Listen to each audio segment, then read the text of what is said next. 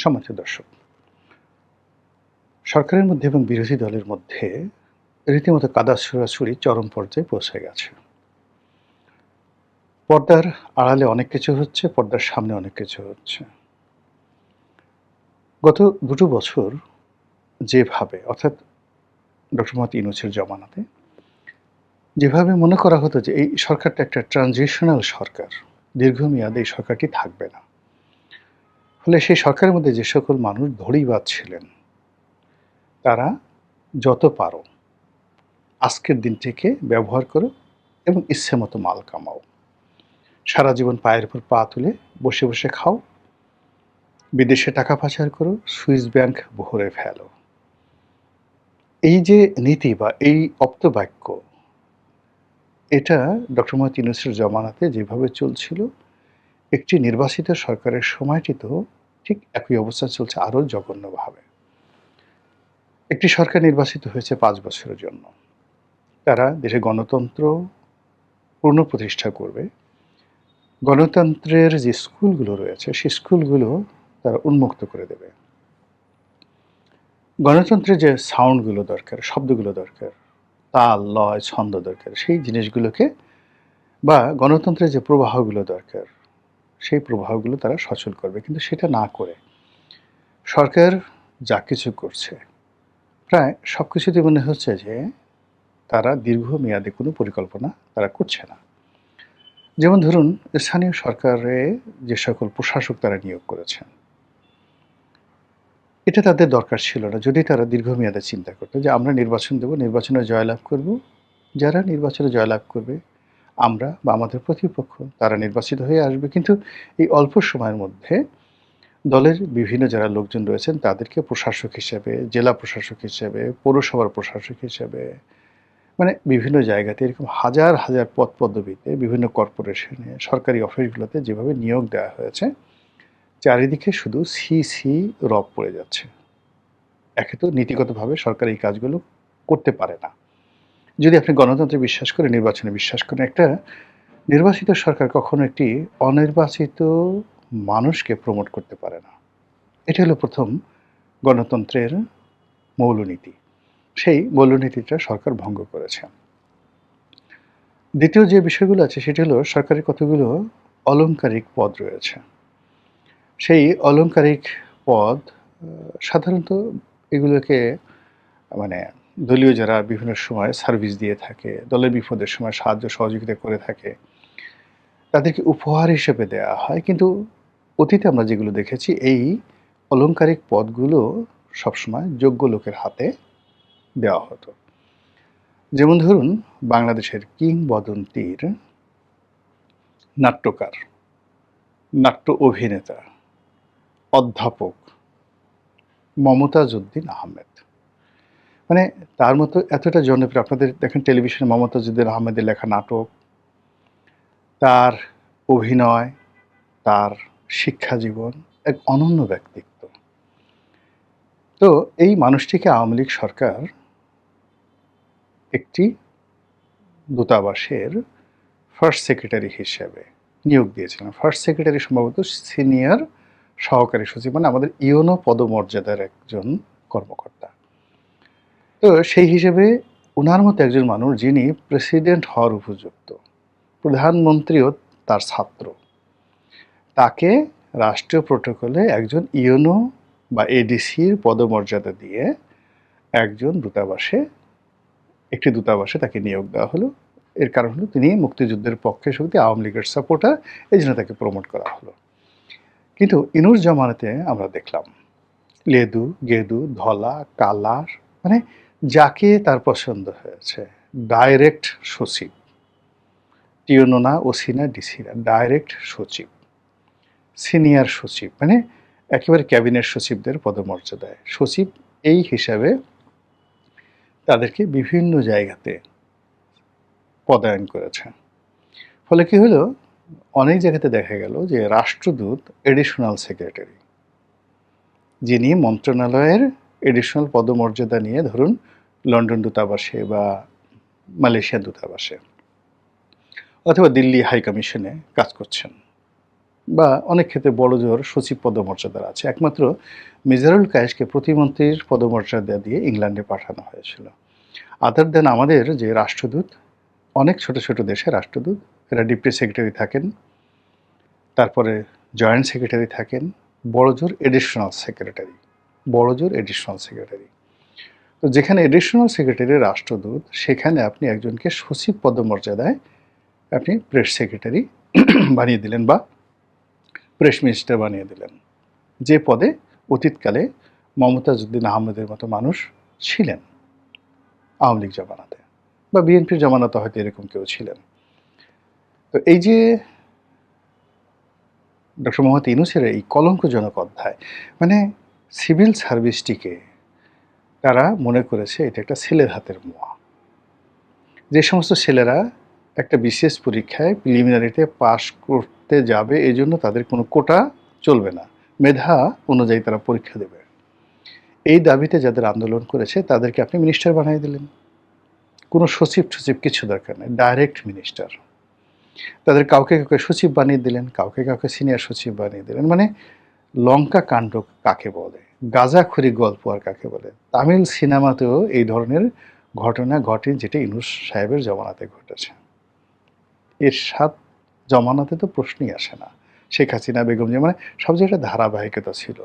Civil সার্ভিসের একটা secrecy রাখা হতো, গোপনীয়তা রাখা হতো, এটার একটা পবিত্রতা রক্ষা করা হতো, এটার একটা অ্যারিস্ট্রিকেসি রাখা হতো, যে যেন তেন লোক মানে আমাদের তো বাংলাদেশে কি হলো, কৃষকের ছেলে গরিবের ছেলে এদেরকে সিভিল সার্ভিসে ঢোকার অনুমতি দেওয়া হতো। পাকিস্তানে এবং ব্রিটিশে, মানে আইসিএস ইন্ডিয়ান সিভিল সার্ভিসে জমিদার নন্দ না হলে, ভালো বংশ না হলে, রক্ত না হলে এদেরকে তো পরীক্ষা দিতে দেওয়া হতো না।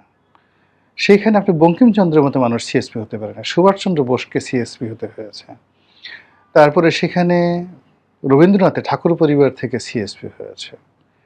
এরকম ছিল, মানে সিএসপি না, মানে যাকে বলা হয় ইন্ডিয়ান সিভিল সার্ভিস, আইসিএস হয়েছে। Even is, Indian police service যেটা হয়েছে, সেখানেও এরকম রায় বাহাদুর, খান বাহাদুর জমিদার ভালো, যাদের রক্ত ভালো, ছোটোখাটো বিষয় নিয়ে তারা কখনো ঘুষ খাবে না। এখন বিসিএস পাশ করে এমন জায়গাতে বাংলাদেশে অবস্থা হয়ে গেছে, ইটের ভাটা থেকে তাকে পয়সা খেতে হবে।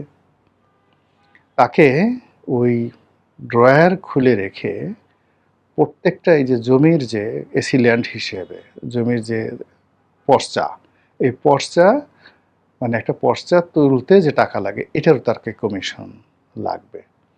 এটার কোনো নারী নাই, পুরুষ নাই, এবং এখানে গিয়ে দেখবেন একটা ভালো বংশের ছেলে এখানে যাচ্ছে না। আর যারা পাল্লা দিয়ে এই অপকর্মগুলো করছে তারা খুবই, যাকে বলা হয় দীনহীন অভাবী পরিবার, এবং এই বংশের মধ্যে তাদের মানে ট্র্যাক রেকর্ডে খারাপ জিনিস বেশি। তো তারপরেও দেখা যাচ্ছে যে এদের মধ্যে অনেক, এই যে গত কয়েক বছর যাবত দেখছি যে একজন টিওনো, তাকে কেন স্যার বলা হলো না, মহিলাকেও স্যার বলতে হবে, পুরুষকে বলতে হবে, তাদেরকে ভাই বললে, আপা বললে তাদের মাথা খারাপ হয়ে যায়। এই যে হীনমন্যতা, এই হীনমন্যতা এরশাদ জামানাতে ছিল না। মানে ৮০-র দশক পর্যন্ত যারা বিসিএস কর্মকর্তা হতেন তাদের সবার মধ্যে সেই কোয়ালিটি ছিল, কিন্তু ৯১ সালের পর থেকে যে বিসিএসগুলো হয়েছে, ধীরে ধীরে সেটা অবনতি হতে হতে এখন এমন একটা পর্যায়ে চলে আসছে যে হাকিমপুরি জর্দা, মানে হাকিমপুরি জর্দা দিয়ে পান খাওয়া, গুয়া খাওয়া, মানে পচা সুপারি, সুপারি দীর্ঘদিন গজানো হয় যেন দুর্গন্ধ আসে। তো গ্রামের মহিলারা এই গুয়া বলে এগুলোকে, এই ভিজা সুপারি, মজার সুপারি, এগুলো দিয়ে পান খায়। তো ওইরকম যে যারা এই ধরনের গুয়া খায়, পান খায়, এদের যে রুচি, এখন এই সরকারি কর্মকর্তাদের একটা অংশের এরকম রুচি চলে আসছে। সেই রুচিকে একটা জায়গাতে নিয়ে যেতে পারে রাজনৈতিক নেতৃত্ব, the political leadership, the decision making. আমরা আবার সেই সিভিল সার্ভিসের স্বর্ণযুগে চলে যেতে পারি, যখন এই সিভিল সার্ভিসটা চায়নাতে প্রথম শুরু হয়েছিল। আজকে যে মিলিটারি কমিশন, সেই মিলিটারি কমিশনটা পৃথিবীর প্রথম মিলিটারি কমিশন, যেটা অটোম্যান সম্রাটরা করেছিলেন তাদের জেনেসারি বাহিনীর মাধ্যমে। আমরা সেই জায়গাতে ফিরে যেতে পারি।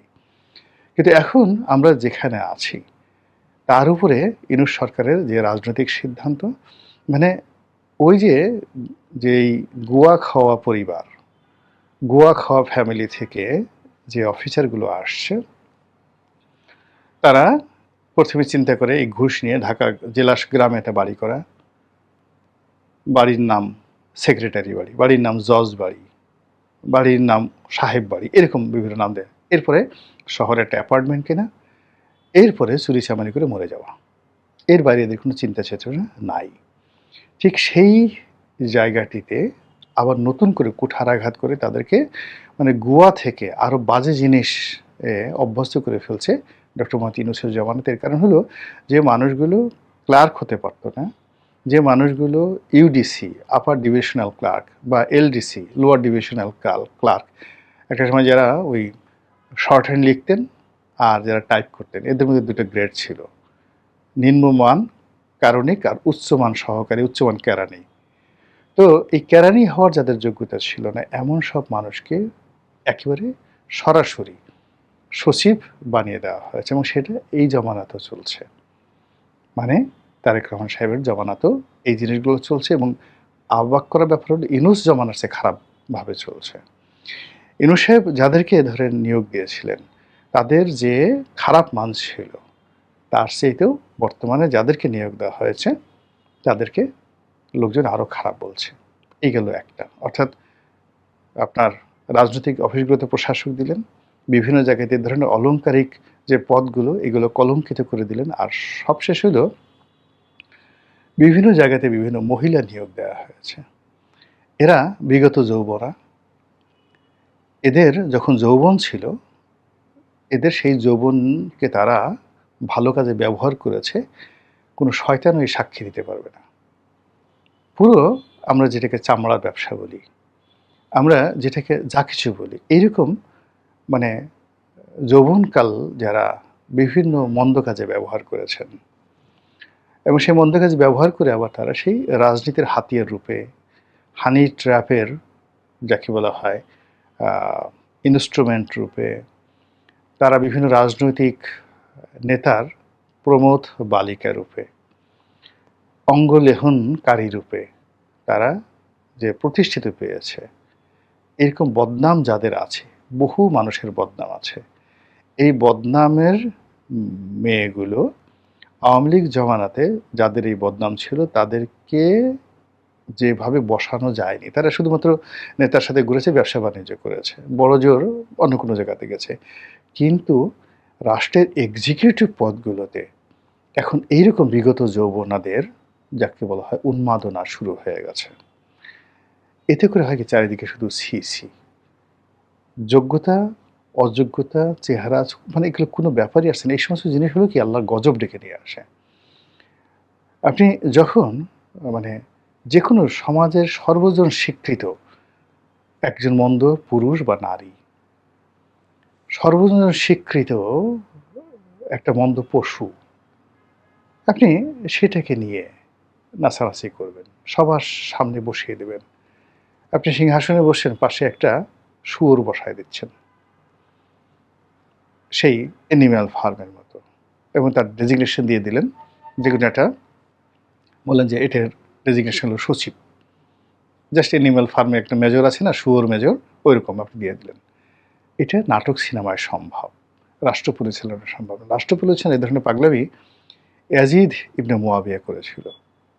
তার সিংহাসনের পাশে সেটা বানরকে আশ্রয় দিয়েছিল। তার দেখা দেখি তার অন্যান্য যারা শাসক, তারাও কিন্তু এইভাবে বানর পুষতেন।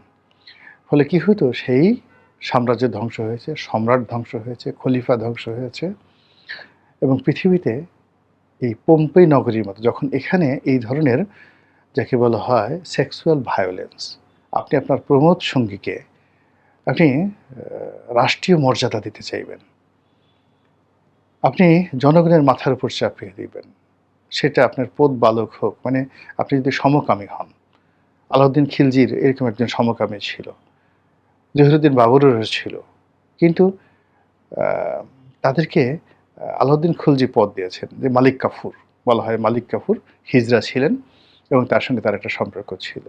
সত্যমিতে আল্লাহ জানেন, দুজনই মারা গেছেন, কিন্তু ইতিহাস সাক্ষী। এই কথাগুলো বলছে এবং এটা নিয়ে দেখেন যে বিখ্যাত পদ্মাবতী একটা সিনেমা তৈরি হয়েছে। তো ইতিহাসে যখন এইরকম ঘটনাগুলো ঘটে, আপনার প্রমোর সঙ্গী বা সঙ্গিনী, আপনি এখন তাকে এনে ক্ষমতায় বসাবেন। তাকে একটা সিংহাসন আপনাকে দিতে হবে। আপনার পাশে সবসময় রাখতে হবে। এই জিনিসগুলো যখন কোনো একটা জায়গাতে ঘটে তখন সেখানে আল্লাহর গজব, খোদাই গজব অনিবার্য হয়ে পড়ে। রাষ্ট্র ক্ষমতা একটা পবিত্র জিনিস, পবিত্র আমানত। আমরা কোনো মানুষই ভুল ভ্রান্তির ঊর্ধ্বে নই। আমাদের সবার জীবনেই অসংখ্য ভুল ভ্রান্তি রয়েছে। স্বয়ং আল্লাহ এই জিনিসগুলো গোপন করেছেন, গোপন রেখেছেন, গোপন রাখতে বলেছেন। আমাদের পেটের মধ্যে যে সমস্ত আবর্জনা রয়েছে আল্লাহ গোপন রেখেছেন। আমরা সেই আবর্জনা রেখে এমন সুন্দরভাবে পেটটাকে আল্লাহ ঢেকে দিয়েছেন। আপনার প্রিয় সন্তান, শিশু, আপনি সেই পেটে চুমো দিচ্ছেন। অথচ পেট ভরা ময়লা। আল্লাহ ওখানে গোপন রেখেছেন।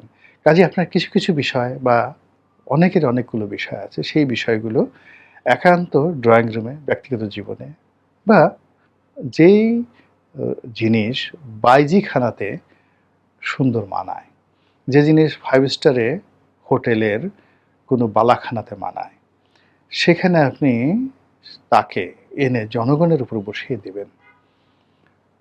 এই জিনিসগুলো হয় না। যত ক্ষমতা থাকুক না কেন। কিন্তু শুরুটা যদি আপনার এখানে যেকোনো অছিলাতে, যেকোনোভাবে একটা দুর্নাম বদনামের সঙ্গে থাকে, ক্যারেক্টারস যে খারাপ জায়গাতে থাকে, সঙ্গে, সঙ্গে ওটা এতটা দুর্গন্ধটা ছড়াতে থাকে যে ওখান থেকে বরকত উঠে যায়।